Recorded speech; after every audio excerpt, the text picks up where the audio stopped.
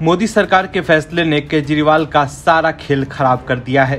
कुछ दिन पहले तक केजरीवाल और आप के तमाम नेता जिस फैसले पर अपनी जीत बता रहे थे, आज वो पूरी तरह से बैकफुट पर है। ऐसे में दिल्ली के मुख्यमंत्री और आम आदमी पार्टी के संयोजक अरविंद केजरीवाल ने केंद्र सरकार पर जमकर हमला किया।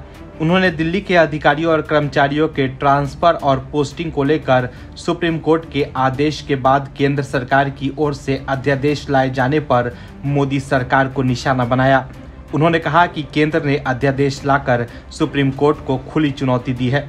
इस पर बीजेपी की ओर से भी जवाब दिया गया है कि केंद्र ने दिल्ली के अहमियत को ध्यान में रखकर ही अध्यादेश लाया है।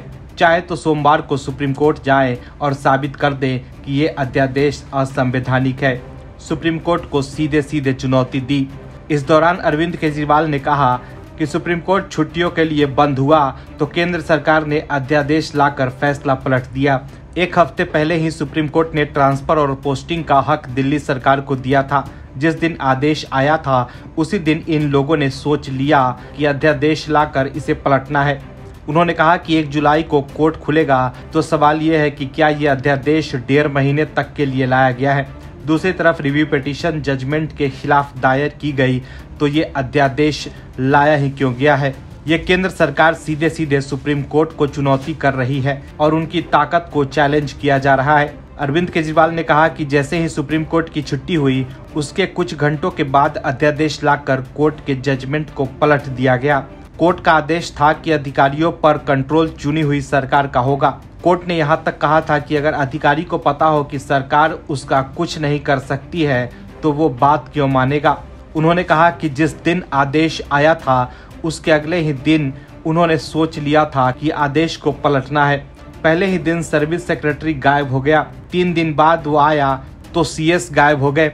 सिविल सर्विस बोर्ड की बैठक हुई तो एलजी फाइल लेकर बैठ गए।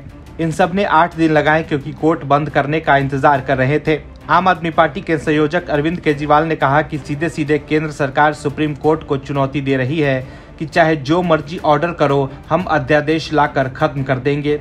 उन्होंने कहा कि आपको 3 बार दिल्ली वालों ने प्रचंड बहुमत दिया, लेकिन बार बार इन लोगों ने हमें रोका है। ऐसे कैसे देश चलेगा।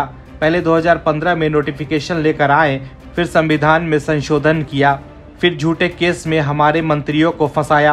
क्योंकि जैसा काम हम कर रहे हैं वैसी इनकी कैपेसिटी नहीं है, लेकिन हमारी स्पीड भले स्लो हो, हम काम को रोकने नहीं देंगे।